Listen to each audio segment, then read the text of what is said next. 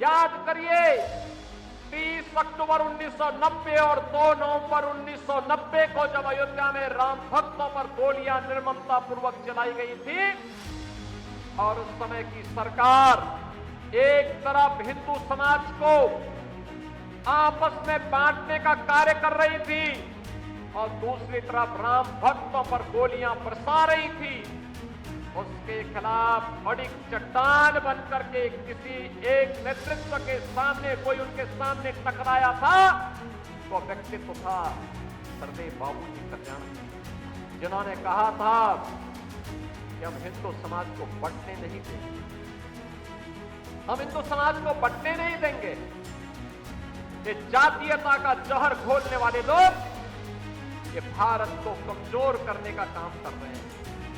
ये जातीयता का जहर घोलने वाले लोग भारत के सामाजिक ताने बाने को छिन्न भिन्न कर रहे हैं और एक तरफ हमें आपस में बांट रहे हैं तो दूसरी तरफ तुष्टीकरण की पराकाष्ठा में चढ़ करके उत्तर प्रदेश को दंगों की आग में भी झोंकने का काम कर रहे हैं।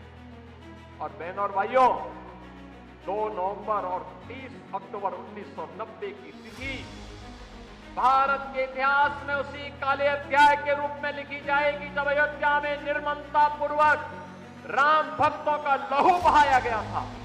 उसके खिलाफ भी आवाज मुखर की थी सरदेव बाबू।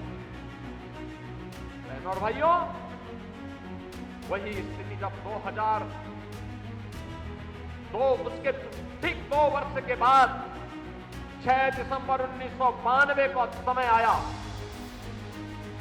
केंद्र की सरकार का दबाव था कि अयोध्या में राम भक्तों पर कारसियों पर गोली चलाई जाए।